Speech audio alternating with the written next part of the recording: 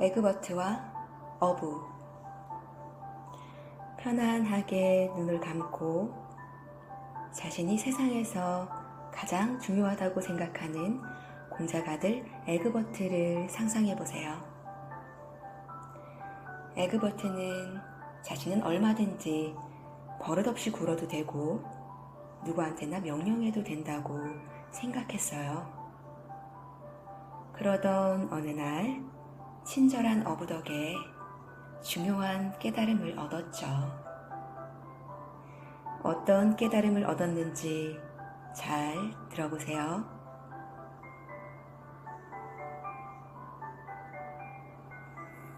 어느 날 아침 에그버트는 벤손과 메리워더라는 하인이 드는 가마를 타고 성안을 이리저리 다녔어요. 에그버트는 너무 게을러서 뭐든 스스로 하는 법이 없었죠. 걷는 것조차 싫어서 늘 가마를 타고 다녔거든요. 배를 타러 가고 싶다. 에그버트가 벤손에게 말했어요.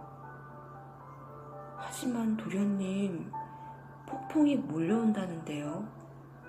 벤손이 작은 소리로 웅얼거렸어요. 에그버트가 안 된다는 대답을 얼마나 싫어하는지 알기 때문에 두려웠거든요. 상관없어. 난 공작 아들이야. 당장 배를 타러 가고 싶어. 두 하인은 낑낑대며 에그버트를 태운 가마를 들고 108계단을 내려간 뒤 성문을 지나 바다로 향했어요.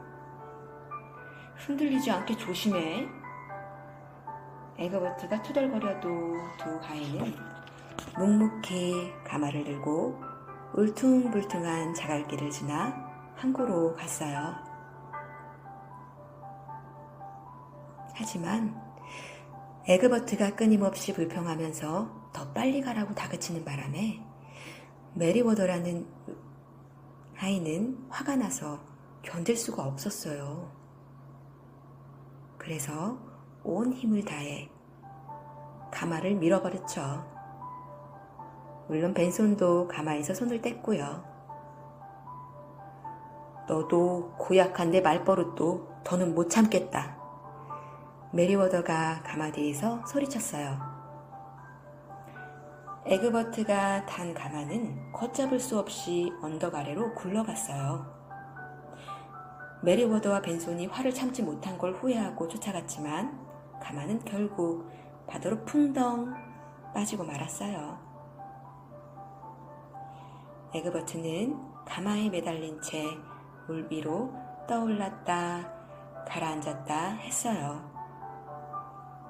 바로 그때 폭풍우가 몰아치기 시작했어요. 번개가 치고 파도가 사납게 출렁거렸죠. 에그버트는 무서워서 살려달라고 애타게 소리쳤어요. 그 부근에 작은 배가 한 척 있었어요. 침착하고 경험이 많은 아요라는 어부였는데요. 아요도 물고기를 잡다가 폭풍우를 만나서 돛을 내리고 폭풍우가 지나가기를 기다리고 있었죠. 아요는 에그버트의 고함을 듣고 소리가 나는 쪽으로 배를 돌렸어요. 번개가 칠 때 가마에 매달려 있는 에그버트의 모습을 보았죠. 아요는 그물로 아이를 끌어올려야겠다고 생각했고 재빨리 그물을 던져 에그버트를 배 위로 끌어올렸어요. 에그버트는 갑판에 누워 그런 일을 겪고 있는 자신의 신세를 한탄했죠. 넌 참 이상하게 생긴 물고기구나. 아요가 킥킥 웃으며 놀렸어요.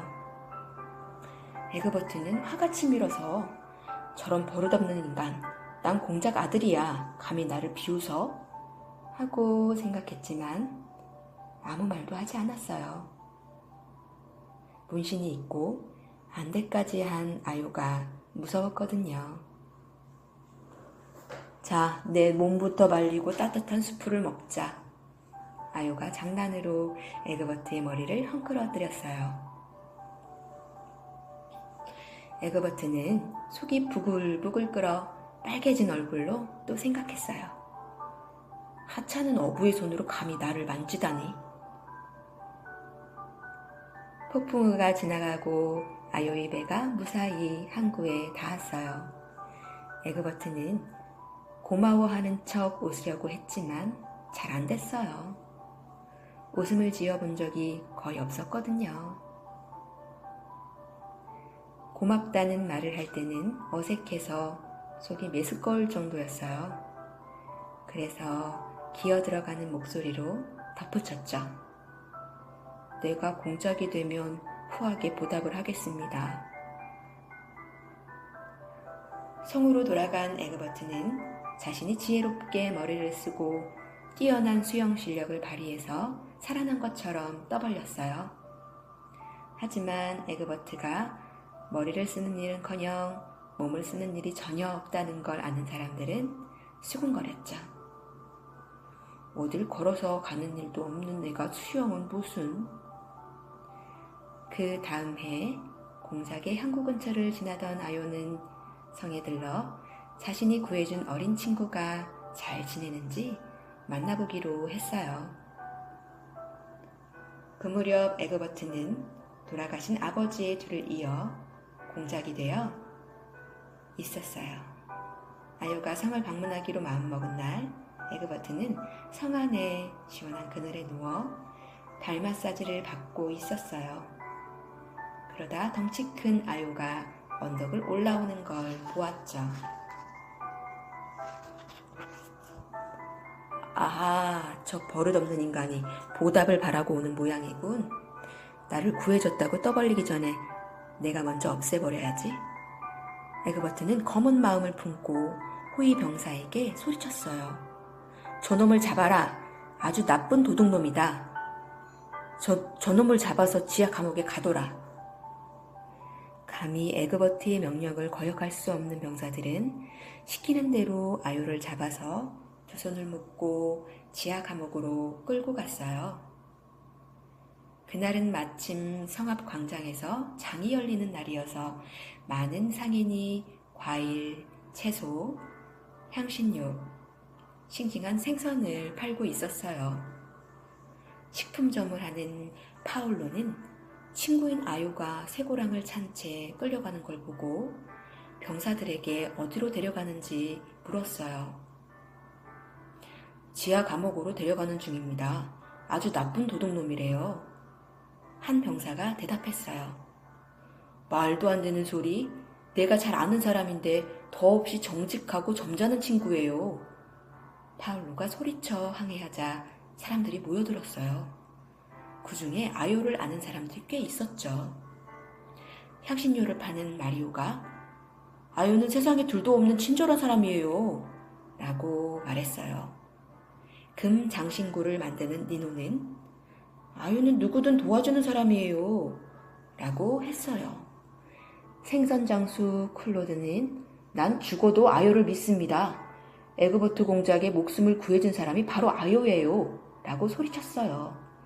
그리고 아요가 공작의 목숨을 구해준 이야기를 전했죠. 에그버트는 은혜도 모르는 거짓말쟁이다. 성난 사람들이 성으로 몰려가서 공정한 재판을 요구했어요. 에그버트는 물러나라. 아요를 재판관으로 추대하자. 사람들의 고함에 놀란 에그버트는 어쩔 줄 모르고 쩔쩔맸어요. 아요에게 에그버트를 벌하게 합시다. 파울로가 말했어요. 아요는 잠시 생각한 뒤에 판결을 내렸어요.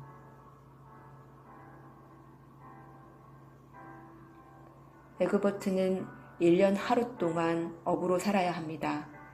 인내심과 겸손을 배우기에 그보다 더 좋은 방법은 없습니다. 에그버트는 가난한 어부로 1년 하루를 보내고 그리고 사람들을 돕는 일의 가치를 배우게 됐죠. 도움을 준 사람들에게 고마워할 줄도 알게 됐어요. 지혜로운 아요 덕에 마음이 넓고 큰 사람이 된 거죠. 그래서 나중에 사람들에게 가장 훌륭한 공작으로 인정받게 되었답니다.